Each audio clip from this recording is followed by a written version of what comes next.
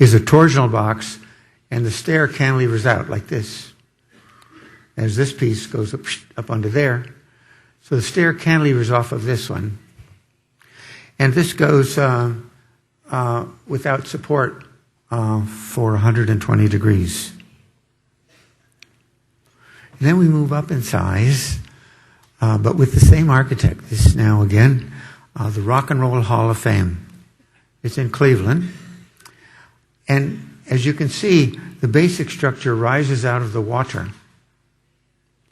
And then there's an auditorium, which is on a single column, which also rises out of the water, and another auditorium which cantilevers off of the existing building. The most of the exhibit space is underground, under here. And those of you who have been there, you will know that the Hall of Fame itself is a little room at the very top. Now, this is a pretty big roof. Let's see, I can see if I can remember. It's about 40 meters. And we proposed this triangular shape of the trusses that span the roof. And that went over well with everyone.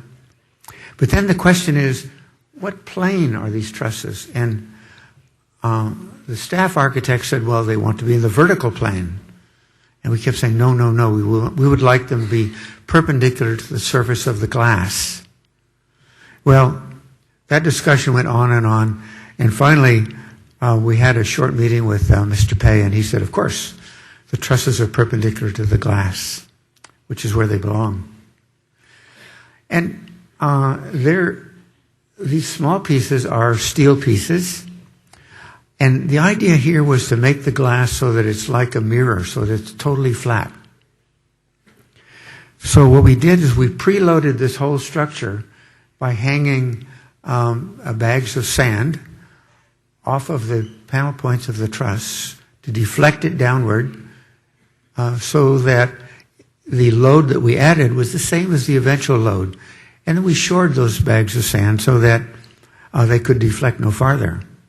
Then as we put the rest of the structure in place, these big trusses did not deflect at all because they were supported, if you will, by these tension hangers. And then the glass was put in place, and then the sandbags were removed, and in fact, this is a wonderfully plain glass surface. So I think quite a handsome structure. And then for Harry Cobb, another world-famous architect, this is the National Constitution Center in Philadelphia. And our problem was this big span right here. And the problem was that there's nothing much back in the other direction. And so again, this is Satine's project. She developed a kind of grillage of structure that allowed this shallow edge and a very, very long span. The glass for this wall is in fact suspended from the top so that the mullions are very slender. Inside the building, there's an auditorium, and we were given the design, and there was a column here and a column there and so forth, 10 columns around. But we thought that the columns interfered a lot with the function of the theater, so we took half of them out. So we have only 5 columns, this one, and so, well, you see here, this column is missing. Every other column we just took out. And that was fine. And this structure is put up more or less as you see it right now. And then the architect called and he said, contractors have done something terrible. They've left out half the columns. And I was saying to myself, we have 5 columns. Half you can't exactly have, but even taking 2 of them out would be a disaster. But it turned out he'd never noticed that in the structural drawings we had removed half of the columns in the theater. And then we have places where, in this case, we have 5 long span trusses that intersect in exactly the same place. This building has a kind of perfect geometry to it. There's no opportunity to cheat, if you will. Everything is right on the module. And anyway, we were able to come up with a design so that we could connect all 5 trusses without creating bending moment in any of the connection pieces. The architect Gunnar Burkert came to my office one day, and I had never met him, and don't have a secretary. The lady in front said, "There's an architect that'd like to speak to you." I said, "Fine, send him in." So Gunnar Burkert came in, he sat down, we chatted, the usual pleasantries. And then he said, "Of course you know my work."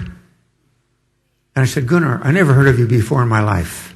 Now, you could say that's dumb to say something like that, but it set between us a kind of understanding that he has never forgotten. He knows when I say something to him, I mean it. I'm not kidding him. I'm not making something up. I'm saying to him that which is in my heart. Anyway, we did this building. The first building we did with him. And the original design, his original design was just like this, 100-meter clear span, and with an arch like this, but then a series of others, whole series of these catenary arches. And I argued forcefully against all the others. I thought that it was very inefficient to do it that way. It made it very complicated to do it that way. And eventually he came around and agreed, and we put in just one catenary.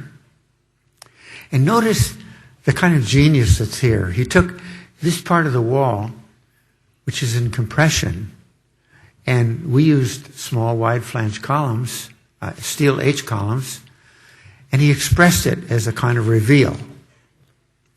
And this part of the wall is all in tension, and we use plates instead of wide flange or H-shaped sections, and he expressed it as a kind of very tense glass wall. It turned out to be, I think, wonderfully elegant design. And here you see the structure almost finished. This is a post-tensioned catenary. That is, you think of this catenary as in tension, and of course it is. But we have post-tension tendons that carry that tension so that the steel section, which is a meter-deep steel section, in the final state is modestly in compression. And because of that reason, this structure has no deflection under dead load. It does not. It is absolutely level, built at level, and it stays level. And here you see the post-tension tendons starting to go in. They're carried in steel pipes to provide physical protection. And the equipment that's used is right out of the concrete technology. Find it everywhere. Anyway, the final facade. And now, some time passed, and the president of the bank, this is the Federal Reserve Bank, asked Gunnar and me to come to Minneapolis to talk about the building. And he said, over lunch, he said, the only thing we worried about before it was constructed was the structure. But I have to tell you, the only thing that worked was the structure. And he was exaggerating a little bit, but not a lot. The fireproofing system that was used for the structural steel was asbestos-based, which I objected to, but I lost the argument. And of course, probably you all know there's a health hazard that goes with it.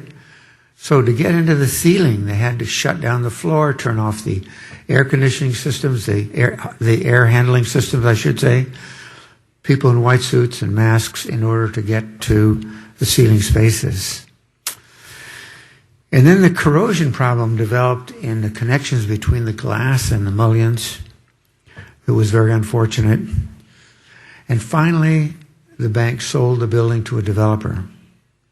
And the developer, in a moment of don't know what to call it, installed underneath it a shopping center, so that now the building, instead of spanning across there, appears visually to be carried straight to the ground. Terrible shame. So we had done, with the architect Burkert's design for a sloping building, but in Madrid, we had completed a project called Torre Picasso, which until very recently was the tallest building in Spain. And for the same developer came this project. And the developer was interested in us doing the structure. Now, this is finished building, obviously. That place is 50 millimeters off of the property line. That is, the space from here to here is not owned by the building, but is owned by the city.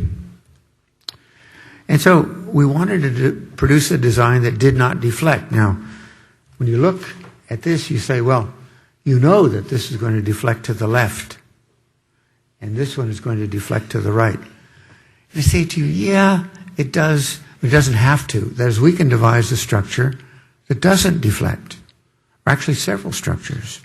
And we propose this one, which is incredibly ugly, but has no deflection. That is, if you imagine this piece right here, if it's stabilized from falling, obviously it deflects neither to the left or to the right.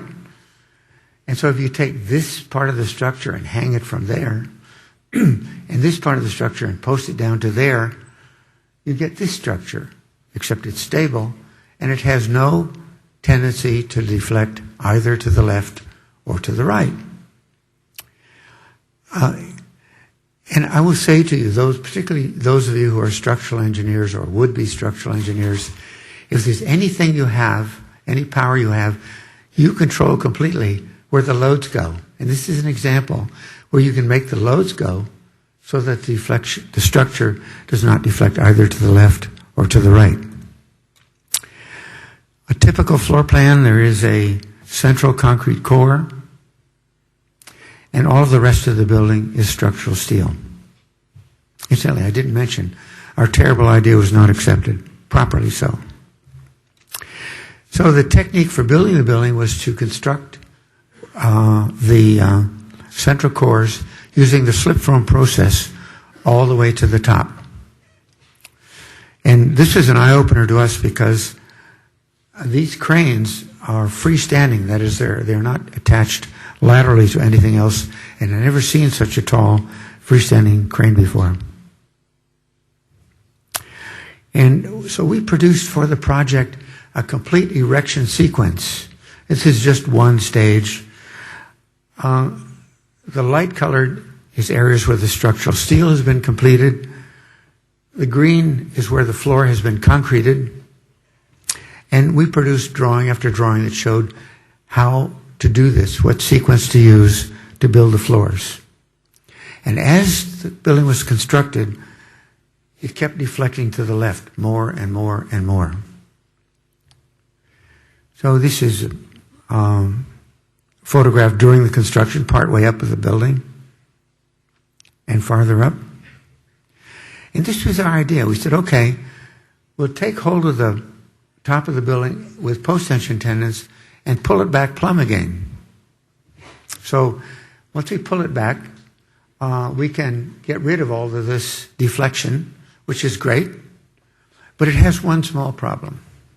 That is, with time, this concrete work shrinks. It's the nature of concrete. It's nothing you can do about it. No matter how hard you wish to the contrary, it is going to shrink. And as it shrinks, this structure is going to deflect to the left. Now, predicting how much it will deflect to the left is beyond the comprehension of most mortals, certainly beyond mine.